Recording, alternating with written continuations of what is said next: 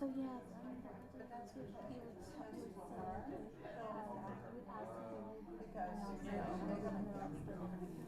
Oh, okay, so I wanted to, I was going to explain maybe. I was just going to say you're going to read something from near the beginning and then you can explain. Yeah. Okay. Check. Check. Test. Testing. Test. Testing. Testing, testing, testing. I have no reaction. You have no reaction. No reaction. Testing, testing. Testing. Testing. 1, 2. 3, 4. Testing, testing. Keep going. No.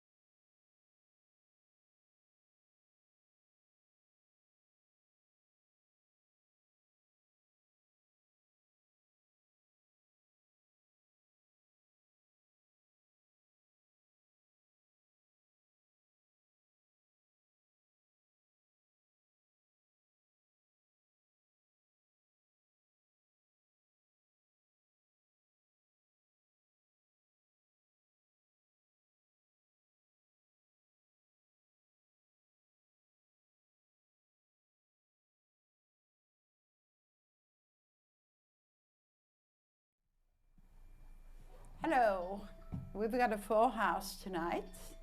Thank you for all for coming. Don't forget to turn off your cell phones, like someone in the back forgot to do, and seriously, it might be me.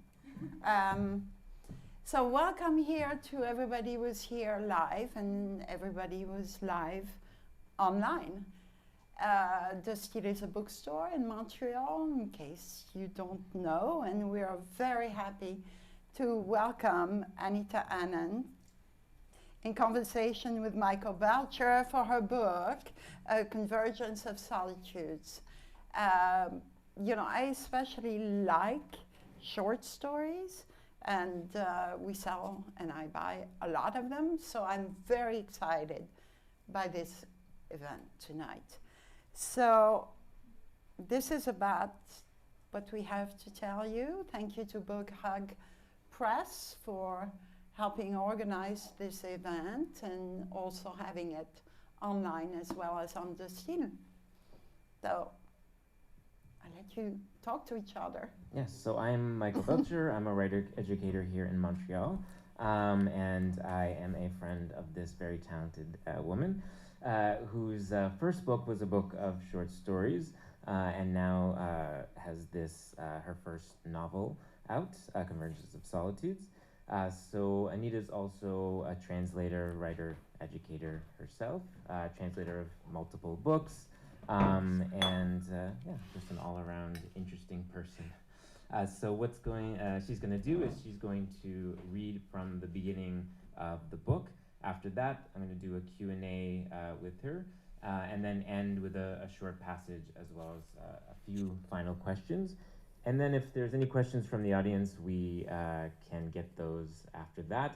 and then we can mingle. So if there is some beautiful plate up here that was provided by Book Hug, and you can do that, as well as there's going to be some wine, and Anita will do a signing. So I will hand it off to Anita. Thank you very much, Michael. Michael Belcher, by the way, is an extremely talented writer, so when his first book comes out, please, you can take it from me that it's going to be an extraordinary book. I'm going to read to you from the very beginning of my book, which actually takes place at the end, if that makes any sense. It's not chronological. The scenes that I'm going to read take place in 1996, which is chronologically the end of this story. And it's from the first part, which is called the Prelude, or the Prelude, obviously in English, and it introduces the 6 main characters. So the 6 main characters are 2 couples and their daughters. So one couple is Sunil and Hema, and they have a daughter called Rani, and the other couple is Serge and Jane, and they have a daughter called Melanie, whom they sometimes call Tweety, whom they have adopted from Vietnam. So I'm going to read little bits that introduce Sunil, Hema, Rani, Melanie, Jane, and Serge. Not quite in that order, but anyway.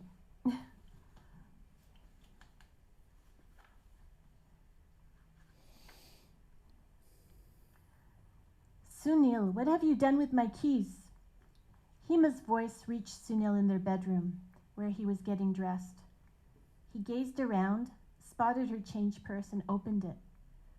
The silk lining was torn, which made a new pocket just big enough to slide a finger inside. He froze as he felt something like 2 tiny metal buttons. The bugs. So this was where they'd been all along. He didn't want this to be true. His finger pressed against one of them, pushed it up through the lining, pulled it out. Relief swept through him. An earring, a small glittering diamond. He put his finger back in and pulled out the other one. Hema appeared in the doorway. Sunil gave her a sheepish smile. Your jewels, madam, he said. She shook her head and disappeared from the doorway. Before the front door shut, she called back that she was taking his keys. And if I want to go out? He didn't much enjoy being alone with his thoughts. They could be so treacherous. An idea came to him. He'd call Rani. He brightened at the thought of an excuse to spend time with his daughter.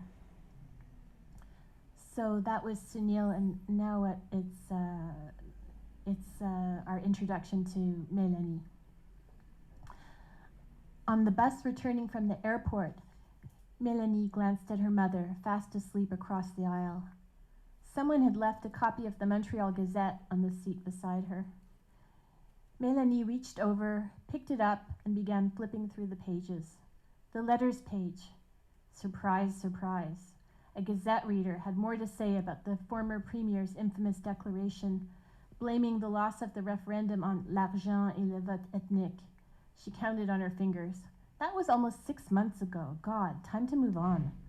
But she was one to talk. Until very recently, she'd spent all her time scouring newspapers from 2 decades ago, way too distracted to pay attention to anything happening around her.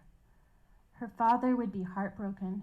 He'd be livid if he knew she'd basically ignored the last referendum. She didn't care. Yes, she did. Maybe her old self wouldn't have. Poor Serge. The tug of regret combining with shock as she recognized Sunil Roshan's face on the obituary page. So the next person is Jane.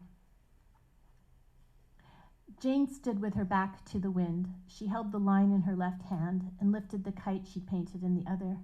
There were people walking by in the park, mostly people with dogs. She felt their stares. She was alone and enjoying herself, and this would always be considered odd. This was the first time she'd ever taken one of her paintings outside, a swirl of vibrant colors. It was the first warm day of spring. There were still patches of snow mixed with gravel on the field.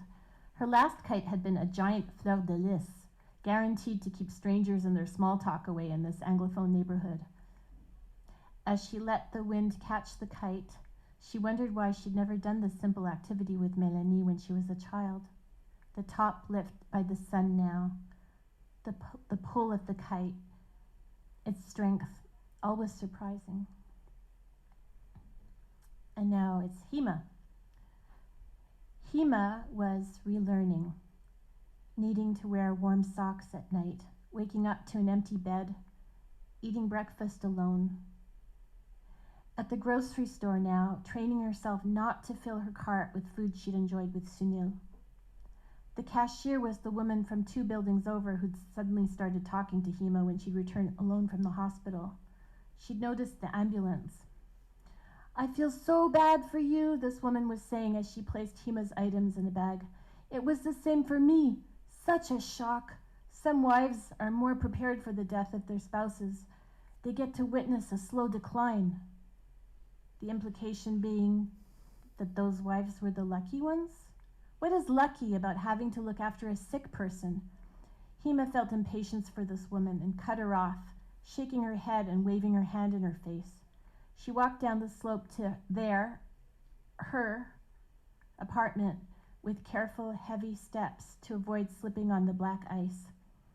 Irritable now, the cashier's words still in her head, causing trouble. Her legs wide apart, shifting the weight of the bag in her arms. A slow decline. It was a shock, yes, of course it was. But her life had not been stable for a long time, always up and down. As she turned the key in the lock and entered the front hall, she prepared for the stillness that would greet her. She was horribly lonely, but she'd been lonely for a while. It was just a matter of degree. And now it's Serge's turn. We're going to meet Serge. The gob of phlegm in his bathroom sink. His bedroom blinds askew. Downstairs in the kitchen, the cutlery drawer pulled halfway open. Funny, Serge hadn't noticed any of this when he came home last night. A remnant of a dream, a baboon with its lower lip out in a pout, the sight of the open drawer resonating now. Other signs gradually registering as he prepared coffee. Yesterday's newspaper on the kitchen table and not in the magazine rack. Fingerprints, blue ones, on the surface of the stove. A ball of pasta in the garbage, a saucepan, and a plate with remnants of the same noodles in the dishwasher. Imagine explaining to a journalist that he always washed his dishes by hand. A changed man now. Really. Fastidious about keeping the blinds straight. Yes, really. That gob of mucus in the sink is not mine. His heart leaping, falling much too heavily, like blows but from inside his chest. Hope followed by the abject fear of it.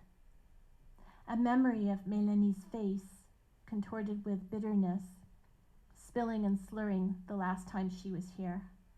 Serge, she'd said, instead of Papa. Where was she? Close? Eyes darting around the room, but no, of course she was not hiding in a corner of the kitchen. A possibility, though, of forgiveness, of starting over, like in a brand new country, tabula rasa.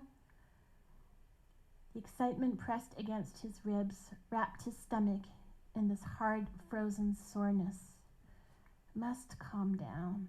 Up the stairs to his bedroom, his heart still pounding, but a slow climb like an old man. Facing the framed picture of Shiva on his bedroom wall now. Slow inhale,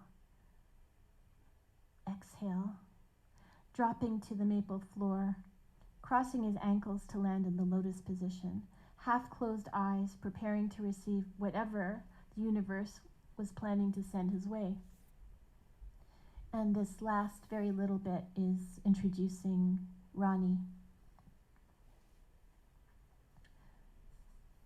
On the way to Hima's apartment, Ronnie tried not to think about the last time she'd been on her bicycle, her heart pounding, her head buzzing with a kind of manic energy. Rob believed she was grieving normally, even if she told him what she'd been up to that night. He would have just blamed it on the pills, but she would keep the story to herself. She imagined Melanie saying in an aggrieved tone, "At least you know who your parents are. You can always say, 'I'm like that because of my father.'" Was she like Stiil? Is this how it starts? Excellent. Thank you so much.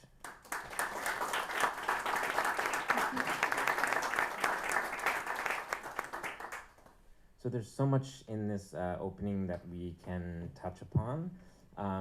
You called it a prelude. I think of it also like as an overture. So you get like bits and pieces of their personalities, themes that start to kind of come up, and they bubble up, and then the rest of the novel works them out. And so to begin, I just wanted to talk about your writing process a bit before we get into those themes. So first off, I want to point out that Book Hug, the publisher of this, created a really beautiful book. It is separated it's separated like a mixtape, and there are sections that kind of are broken up into dates. We know that we're in Quebec when we see a fleur-de-lis. We know we're kind of referencing India when we see a shaka shokra. So this structure, it's structured like a mixtape. You're touching upon music. What are the benefits of structuring a novel like music for you in this story? It's a pretty hard question. When I think about structure is my weakness. I had a lot of help with the structure from a formidable editor called Meg Story. Also from my husband, who's over there, Frédéric Sanson, who helped me interpret what Meg was trying to tell me. I do think it works as like an album, because you know how when you're listening to an album, the end of a song somehow drifts into the beginning of the next song? I think that the scenes do that here. Yeah, for sure. And a lot of it just wasn't really deliberate, to tell you the truth. A lot of it, I sort of write very, almost like in a trance, so. And so, yeah, because you mentioned one time that you often write in bits and pieces, so sometimes you'll kind of write a scene and not know where it goes. How do those pieces come to you usually? There are a lot of scenes in this book, and I think each came in a different way. Yeah, I can tell you about the very first scene if you would like, yeah? Yeah, for sure. Okay, so the very first scene I wrote it after, okay, I should back up a bit. So my son was working as a busboy at a restaurant, and he would complain to us about a man who thought he was a big deal, and who would stay late at the restaurant and just order maybe 2 glasses of whiskey, but he would stay for a long time, and occasionally people would come up to him and they would talk to him, but he'd just stay there forever. He was always the last to leave, and my son was not crazy about this person. And one day my husband and I were walking by the restaurant. We just happened to be taking a walk in that neighborhood, and we saw a man sitting on the porch drinking whiskey by himself, and we recognized him. He was someone who was very influential in the 70s in Quebec, a very, very talented musician that both my husband and I really admired, and we sort of whispered about him for a while from a distance. We sort of looked at him and whispered about him.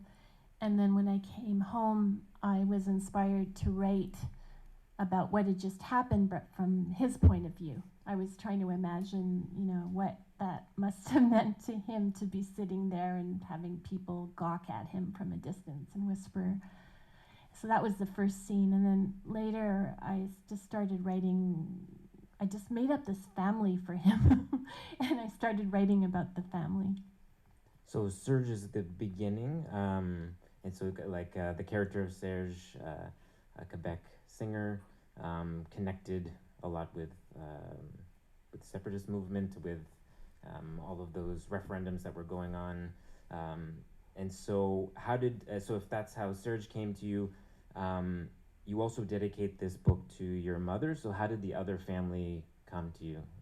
So I mean, I'd always wanted to write about my mother and father. I'd always wanted to write about their love story because it just seems so incredible to me. You know, it's like my mother came from a rich background, my father from a poor background. They met during a time of war. They lost each other during. I mean, there's nothing more romantic than it always seemed to me than my parents' story. Nothing crazier. And then they emigrated to Canada, and then the fun really began. And so I always wanted to write about them, and I wanted to link these two stories, and I wanted to hear what my mother had to say about her life before it was too late, because she's quite old. So I just started writing, and then I had to connect the two. So I decided that Serge's daughter would meet my parents, the people that the people that, they're not really my parents because I just made up a lot of stuff, but the people that were inspired, the characters that were inspired by my parents, that they would meet, that Serge's and Jane's daughter would meet Rani and Sunil's daughter, who is not actually me. So yeah. I needed a link there, so yeah. I gave Stiil and I gave my parents a new daughter, is what I did. So you have all these characters, you have them set against the backdrop of a lot of history. What was your research process for that history of Quebec, partition, and what was the kind of most interesting things that were coming out of that research? There was a lot of research that went into this book. I'll tell you about research to flesh out the character of Melanie, who is adopted from Vietnam. I was lucky enough to be given a story. So there was an Australian journalist who was adopted from Vietnam who was in a state of rage, actually. She gave something that was like a TED Talk, but it wasn't a TED Talk. She gave a very rage-filled talk about how she was stolen from Vietnam during a propaganda mission by the United States known as Operation Baby Lift. And I got in touch with her, and she very generously told me her story, and she told me how she felt about her story. She told me about the irregularities surrounding her adoption. She told me how she went about trying to find her birth parents. And you know, she just gave it to me, and I just made my character Melanie live out parts of that story. I also went on blogs where I read messages that people who had been adopted wrote to each other about being adopted, about looking for your birth parents, about what it feels like to be adopted. So that was part of my research. It was very sad, actually. I mean, you think of adoption as a good thing, but sometimes not so much, especially if you feel like you've been stolen from your original parents. Yeah. Other research. The other main part of my research was interviewing people about partition, and also interviewing musicians, because there's a musician in my book, right? So I interviewed musicians, including my husband, about composing music, recording music, playing concerts. Melanie, you're talking about this idea of this propaganda mission that brings her to Canada, and she experiences a lot of loneliness, and we have loneliness in the title, so A Convergence of Solitudes, and we have that kind of loaded term, solitudes, here in Quebec. All of the characters experience loneliness in one way or another, and we had it even in the opening. We hear kind of Jane happy about her loneliness, like she's out flying a kite, she seems perfectly happy, but each of the characters are affected in a different way. What shapes do loneliness take in the novel, maybe with some of the other characters, both positive and negative? So what shape does loneliness take? Well, if I think about the 6 main characters, I mean, I can tell you. So Sunil is lonely because he has a mental illness that keeps him in his own world, and he's the only person who sees certain things and believes what he sees. Hema is lonely because she comes pretty much unwillingly to Canada and lives with someone who lives in his own world. And Ronnie's their daughter, and she has the kind of difficulties that children of immigrants have, you know, fitting in either world, in her parents' world or at school.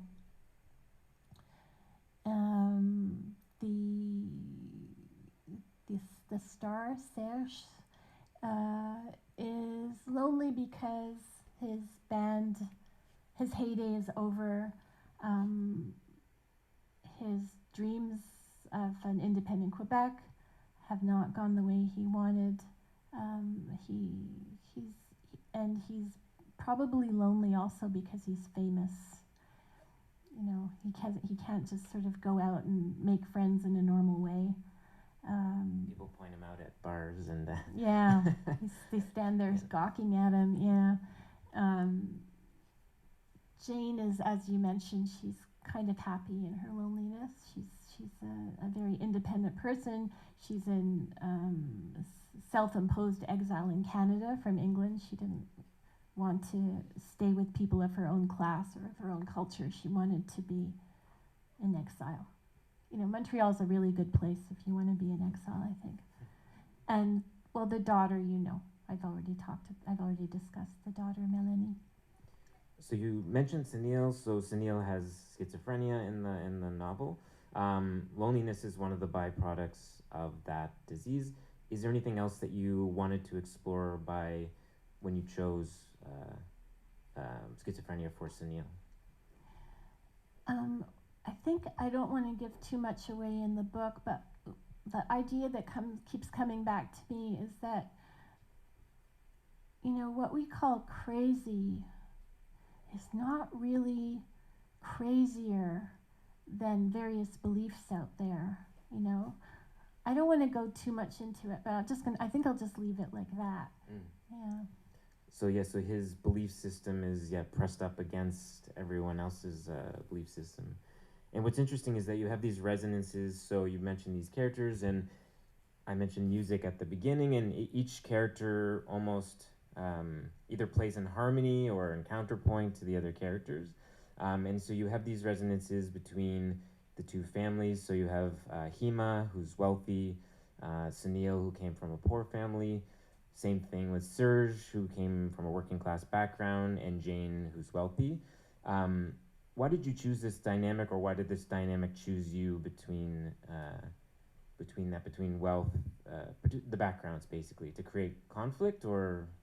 I don't actually think of it as conflict. It's more like interest. I think Hema says at some point in the book that she could have married a prince, but that would have been so predictable, and you know, she wanted her life to be full of surprises. And also, if you have people of different backgrounds in a marriage, it gives you something to talk about. Right? Yeah. And often they kind of play off of each other, and I see, like, I mean, Sunil brings Hema down to earth a bit, and it's interesting. It's not clear if Jane brings Serge down to earth or if he's the one that's maybe a bit above her. So Quebec, India, Vietnam, there are resonances between these different places. So I just wanted to touch upon some background that I didn't know before reading this novel. So the background of just the kind of connections that Indian culture had to Quebec culture in the 70s and 80s. What sort of things did you notice were just these like little resonances of Indian culture within Quebec when you were younger? Well, let's see. Can you help me with this, Fred? I can give you. I mean, you mentioned Buddhism. There's a lot, like there's a picture of Shiva. Yeah, like, Hinduism. Yeah, Hinduism. Sorry. Yeah. Hinduism, meditation retreats, clothing. Indian clothing was very big in the early '80s here. And you do mention one of the characters has, like, when they put on what's this kind of traditional outfit, they just feel so different than when white people put that same outfit on. Oh yeah, that's right. Yeah. And Because- why do they feel different? Well, because she says it just makes her look foreign and poor, whereas if Serge put it on, it just made him look so cool. You know. Yeah. Just interesting. So at the time, did you see these little bits of just of culture? Like, did you see them as absurd appropriation or something else? If I think about it too much, then yeah, it strikes me as cultural appropriation. But you know, there's cultural exchanges going on all the time. You know, every time we cook, I would say. You know, so it's yeah. And I think one time you were mentioning just that in a way it also felt like acceptance. Yeah, that's right. Yeah, that's true. Yeah, like, you know, you can think of it in different ways. You could think of it as, oh, you're stealing yoga and you're not even acknowledging that it's part of Hinduism. Or you could think, oh, okay, well, you like something about my culture. Something about my culture is acceptable. You know, for a long time, you know, Indian food was considered very strange and just sort of this smelly, indigestible stuff, right? So when people started liking Indian food, it was kind of like, oh, okay, well, you like something about me. For sure. I know my parents still are scared of Indian spices. I'm like, I'm always scary. surprised. So what's going on in the 70s, 80s in Quebec? The referendums, the ideas of separation. These come out in various thematics of the story. So there's a lot of discussion of separation, whether that be between child and parent, between parent and parent. So there's a lot of these kind of divisions, and Sunil, who has schizophrenia, he has these delusions and illusions, which are like, when you believe in anything, it can be sort of delusional. So there's definitely these resonances with Quebec. In terms of division, what are some of the divisions at the heart of the novel? Divisions that, in a way, I see as echoing issues in Quebec as well as partition.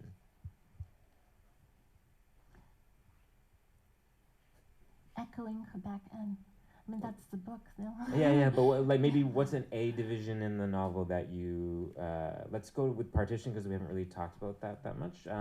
What are the divisions connected to partition that you're exploring? Well, what happened when partition took place was that people who had lived in harmony suddenly started killing each other and blaming each other for what was taking place. Again, not wanting to give too much away, Sunil notices that most people just see one side. They're not willing to look at the other side. They just want to stay on their side and see everything from their perspective. Whereas Sunil can see what's motivating the other side. And I think the characters who live in Quebec are kind of like Sunil too. They can see both sides of a problem. And I think I wanted to write about that because I feel like it's way too rare these days. It's a lost art, yeah. Yeah. Living in the gray is definitely difficult. Yeah, or just to be able to see why somebody would have a different opinion from you, you know? Just simply that. I mean, division, of course, in Quebec sometimes is connected to language, but I love that the novel kind of moves beyond that. So, in terms of the character of Rani, she has a very different relationship to French than her parents. So, what is her relationship to French, and what is her parents, and why do you see those dynamics? Well, happen? she thinks, well, I'm living in a province where 80% of the people speak French, so why am I going to English school? You know, she asks herself that question. And, you know, her parents are immigrants from India. English is their second language, so they're not that much in a hurry to learn another language. But Rani has relatives who do speak French, and she's interested in hanging out with them just so that she can, you know, she can learn French, basically. She thinks that maybe this way she will belong, because she certainly doesn't belong at English school. And is holding on to, her parents holding on to English, is there any kind of connection to their history, or is it just because of the added language? Well, I mean, it's easy for them because they already speak English, and it's not their first language, so learning another language is, you know, difficult for them. But also, back then, it was difficult for you to go to, well, it was actually impossible for you to go to French school unless you were Roman Catholic. Like, you had to be baptized. So, yeah, so like Rani would not have been allowed to go to French school. Which seems kind of the opposite as to what's happening today. Yes, or what they're talking about, discussing today. Which is interesting. The idea of identity comes up, so I'm going to kind of lead in with this question to a passage I'm going to have you read as well. Each of these characters has a particular identity that they really hold on to. What is Serge's relationship to his identity? Who does he think he is? And well, maybe you don't answer if you think he is, but what do we get in the first beginning of the novel? Who does he think he is as a figure? Well, he hopes that his music will inspire his people to be proud, and he hopes that it will lead to independence in Quebec. It will, you know, he'll do his part to. He's thrilled when he hears that René Lévesque thinks of him as a good ambassador for separatism. He feels that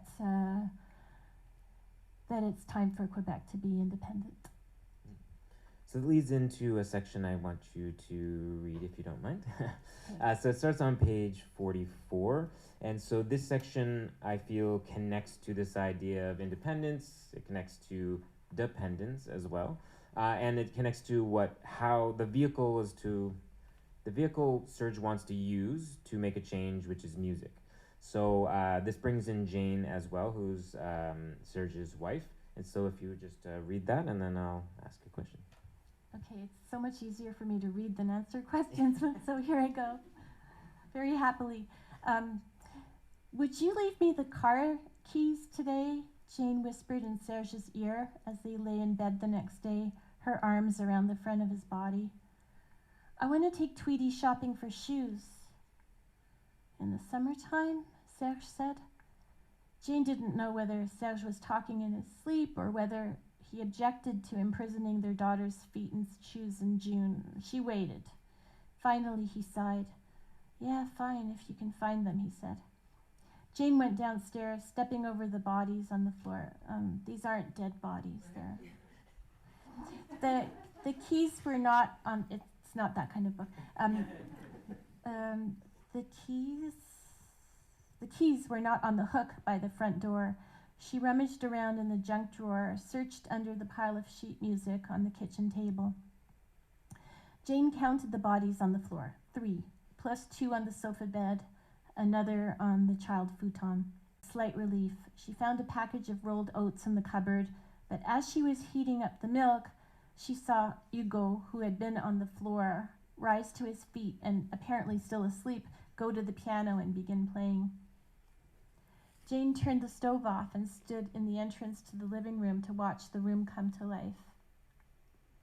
Marie-Claire woke up, looked around blinking, and then rolled off the futon onto the floor. She sat up in a cross-legged position, her head and all its hair forward, buried in her harem pants, listening as if the music were coming from inside her head. The other ones on the floor rose, and the ones on the couch rolled off and picked up their instruments. Daniel went and sat in the corner behind the drum kit and sat nodding for a moment before he gave his cymbal a few light, ethereal taps. Serge came down the stairs in a trance and sat at the edge of the piano bench facing the others. He began to sing, his voice softly tracing the arpeggio Hugo had been repeating for a while. Marie-Claire slowly lifted her head and joined in, and they began to paint over Hugo's notes with a jazzy melody. Na na na na na, no words yet. Then Hugo got up and went to the synth, and Serge moved over on the bench, played his melody, and sang. The first sounds from his throat a cry, quickly followed by a moan. Marie-Claire joined in, and they both began wailing. Marc plucked his bass. Yvon blew a few tentative notes on his clarinet. Stéphane cocked his head, listening, before abruptly picking up his bow and scratching a series of urgent notes on his violin. Serge then sat down on the other side of Hugo and accompanied him with his right hand on the higher keys. Jane walked into the room and sat down on the couch. Melanie came downstairs and wordlessly crawled into her lap. The band members turned to glance at them and then turned away again. Marie-Claire and Serge, with their eyes closed, Serge's eyelids fluttering, his eyes now opening to look across at her. Jane suddenly felt as though she'd interrupted an orgasm. She spotted the keys on the radiator across the room and got up and walked towards them. Serge, still singing na na na na na, followed her with his eyes as she slid the keys into her pocket and sat back down with Melanie. He stopped singing for a moment, closed his eyes, and began again, intelligible lyrics now beginning to flow from his mouth. Jane made out a phrase. She rubbed her daughter's bare feet. She busied herself with putting things in her purse and nodded her head to the music, pretending not to understand his words. She'd make breakfast for Tweety, and they'd go shopping for shoes. Ôtez mes fers, he sang, unshackle me. The others all joined in, their voices like a rising wave. Thank you.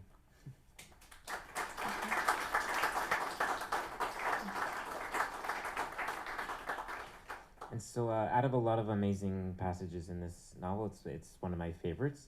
I love the idea of just these hungover people waking up from sleep, just kind of like starting to play music, and it's coming kind of to them. And you'd one time mentioned that you like writing in the morning because it's like a dream state, so it's almost like they're doing the same thing. And so we have this important moment where a husband is looking at his wife and daughter, kind of like watching them, and the words that come to his mind are "unshackle me," which if you were someone's partner, you might not want to hear them starting to sing that while being inspired by you. We have even here this theme of dependence, independence, and Serge kind of needs both, as all the characters do. Do you feel like as humans we always need both to be free and to be shackled? Yes, I guess I do. And why?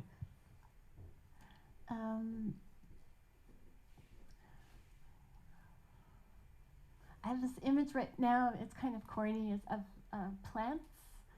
You know how plants, they grow independently, they need space so that the sunlight can get to them, but sometimes they need support, right? And sometimes I'm having difficulty with it. Oh, it's a good metaphor. I don't know. I'm not, I'm not a philosopher. I'm just sort of writing what I see. I can't really tell you why. I don't actually know why. I don't have those kind of answers. But I do. That's a perfect metaphor. The plant. The idea that's both space, as well as like home base, a soil. You need that for life. So a question that doesn't. That maybe is just more kind of open-ended. And writing can seem like okay, like you have to sit at a desk, but it also can be fun. So was it fun to write these musical sections? Like, oh yeah, no, it was a lot of fun. And the scene with the people getting up in the living room, that happened in my house actually, because my husband had a friend he was playing with, and he invited him to stay, and he accepted the invitation, and he also brought 5 other musicians into our tiny place, and we didn't have bedrooms for these people, so they slept on the floor, and they did sort of get up in the morning and play like that. Amazing. So I want to open up the questions to other people in case they have anything they'd like to ask. You can ask about the writing process, or about anything from some of the themes to the Quebec referendum or partition, whatever you wish to ask. Is there someone who would like to start off and ask a question? Rhonda? Yeah. Are you going to tell us who Serge is? Am I going to tell you who Serge is? Well, he's a fictional character, but the person who was sitting, drinking alone that day, the person I wrote the scene about was Serge Fiori of Harmonium. But I just made everything up, right? Like I just, it's like he doesn't have a family, he has no wife, no daughter. I just made the whole thing up. And harmonium is an instrument. It's often connected to Indian music, but you said you heard it in many different types of music, and that plays a big role as well. So I remember looking up harmonium and seeing Serge, and I was like, is there a connection here? Yes. Which there is. Anyone else have a question? Yes, Deborah. Congratulations. Thank you. I'm curious because I quite recently read your first book of short stories, and I was wondering if there was any connection between them, or if there were sort of unfinished stories from the first work that made their way into this, or is this just something completely new and separate? Well, yeah, the stuff about whenever you see things about identity, things about racism, that comes from me, It's so I think, yes, I think I started to explore those experiences that I'd had as a child in the book, and in one short story in particular, actually, there's one short story in that collection that's maybe 75% autobiographical, called Between Black and White, and it's my story, and yeah, I think I went more into that in this book. And what's interesting is that, it's not a short story book, but you do still use those short forms, like you have short chapters, you have those short sections. Does that come from your kind of love of that form, or does it just happen to make sense? I guess I didn't think of it that way myself. I thought every time I sat down, I thought I'm going to write a scene, and maybe the scene will be a paragraph, maybe the scene will be 8 pages. That's how I planned my writing. Yeah. juggling that many perspectives, and how, like, was there a trick that you used or strategies you used to keep your voices distinct? Because I'm imagining that would be a challenge. It's less of a challenge if you're writing in the third person, though. You know, if I were writing in the first person, then yeah, it would be challenging for me. It would be challenging for the reader. And the third person, no, not. I don't think so. No. And did you try with Sunil? You write very short sentences. Did you do that on purpose? Like each one seems to use language slightly differently. Each character. Yeah, I suppose so. I think I just had the characters in my head, and I would just sort of channel how I thought they would be speaking or thinking. Yeah. But if it were just first person, I could imagine that very difficult, actually. Yeah. Mm. Yes. Hi. I'm interested to know that, since the story is kind of set in the, I guess, 70s, 80s, and 90s, and you talk about like identity issues, racism issues, and that's taking place in these two societies, which were relatively closed, because India even started opening up to the outside world in the early 90s or I think late 80s, and Quebec somewhat similar, like, do you think that, if the story was set in the 2000s or in the present, like 2010 onwards, how would have those experiences have been different? Like, for someone being raised as an immigrant or as a, Quebec. I think there are a couple of things. I think it's easier now because people are sort of used to a multicultural universe here, and also those children would have gone to school in French. It wasn't the case in the 60s and 70s and 80s. 60s and 70s, and 80s too, actually, yeah. But could there have been other challenges that you would have imagined? Hypotheticals here. Yeah.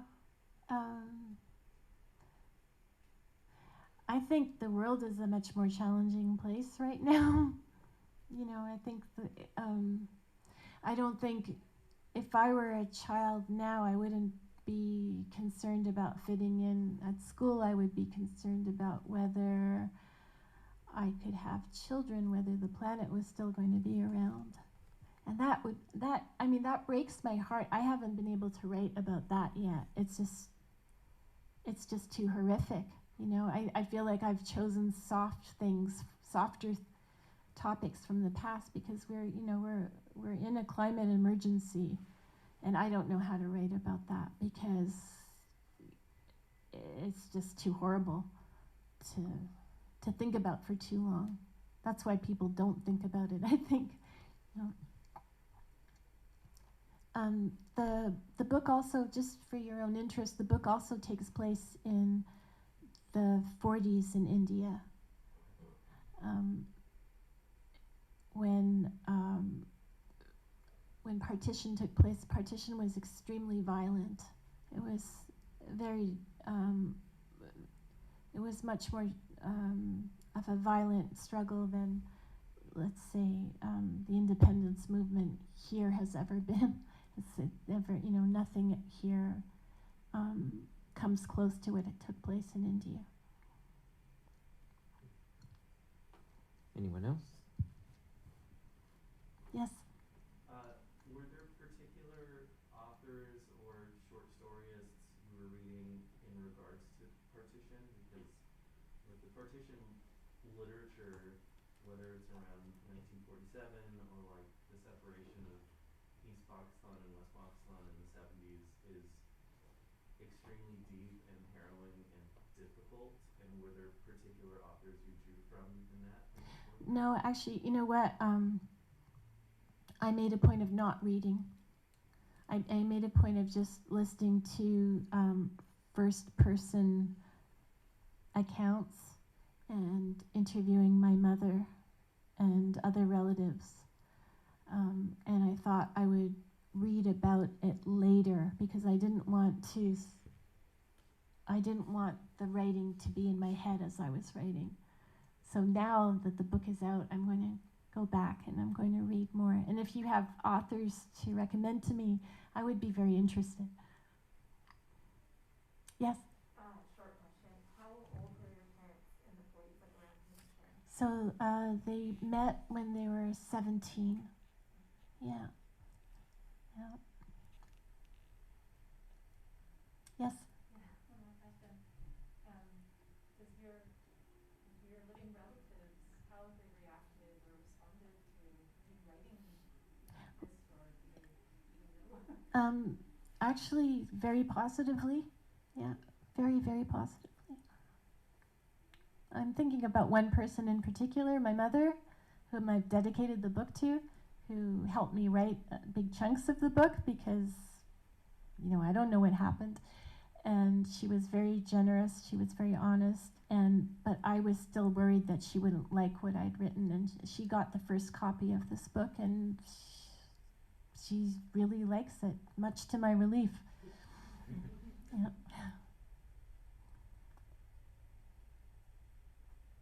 Any last question? No. All right. We can always ask questions. Whoops. Yeah. I think the theme that you, in one of your questions, you started exploring. To me, it sounded like that you're exploring class, and class in both the societies, like without giving too much away from the book.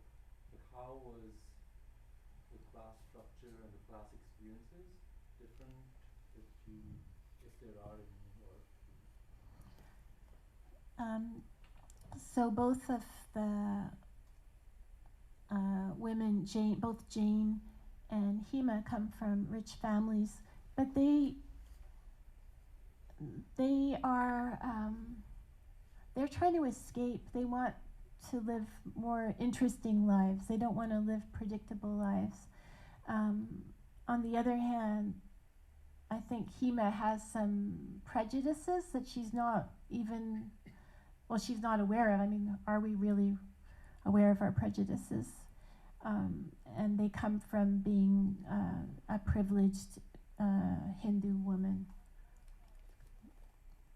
Would you say, and I noticed in terms of Serge, he's able to wear his working class background as a badge of honor, whereas Sunil is not able to do that. He is, I don't know if he was ashamed of it, but the society wants him to be ashamed of it. Would you agree with that difference, or no? I just don't think that's something that's really explored in this particular book, actually. Yeah. I don't know if it's something that you picked up. You noticed it all the way through. Yeah. Okay. I think you should, because sometimes readers see things obviously that writers don't realize they put in there. So you go ahead and explain it to me. I mean, I'll let them. No, seriously, no. I'll let them explore, but I mean, I do see that because we've talked about this. You have you have an aversion to thinking of literary conventions as such, in the sense that you often say that you kind of write and then other people tell you what literary conventions you're using. So you had mentioned one time that symbolism for you is people tell you and you're like, oh, I didn't realize that was a particular type of symbolism. So for instance, the harmonium for me is because it's called Beautiful and Broken at one point, and I see the harmonium, which is used by Hema as kind of representing her. And then for Serge, it's this 12-string guitar. I have that right? 12-string? Yeah. Yeah, that's I always think I'm second guessing the 12. But for me, that's an outsized personality. He has an outsized personality. He wants to be heard. And so for me, I just see him all the way through as using his status as someone who maybe is put upon. It allows him to feel special in a way, or try to, because he feels like he's part of this movement. And then when the movement moves on without him, he no longer has that to fight against. And so I guess I see him, the struggle sometimes makes us seem like heroes, and when we don't have the struggle, it can make us seem like fallen heroes, I guess. No, well, I mean that's interesting. I don't see Serge like that. I see Serge as a very idealistic musician, and he's sad because things didn't work out the way he would have liked them to be. But I don't think of him as someone who particularly misses being famous or feels special. Really, he's got the same kind of paranoia as Sunil has of people, listening to him or watching him. But in his case, it's kind of real, I mean, people do sort of gawk at him once in a while.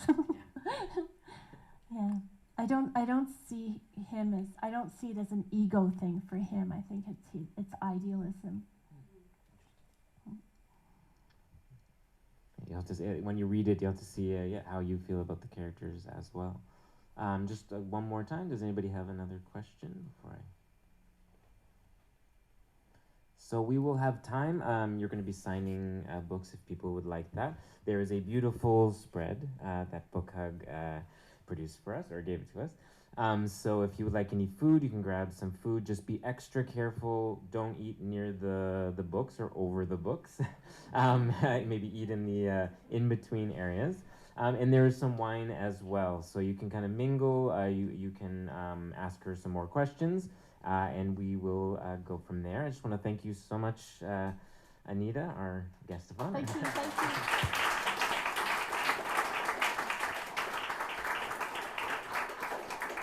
Thank you. Thank you, Michael, for your challenging questions. I recently recovered from COVID in April, so my doctor says that I cannot infect anybody, and I also can't catch it yet. So I just wanted to let you know, don't be afraid of me. I know it's weird that I'm not wearing a mask, but I think it's weird for me too. It feels weird, but you don't have to be afraid to come and talk to me. Thank you so much for coming, and please, come up and get a book and get some wine.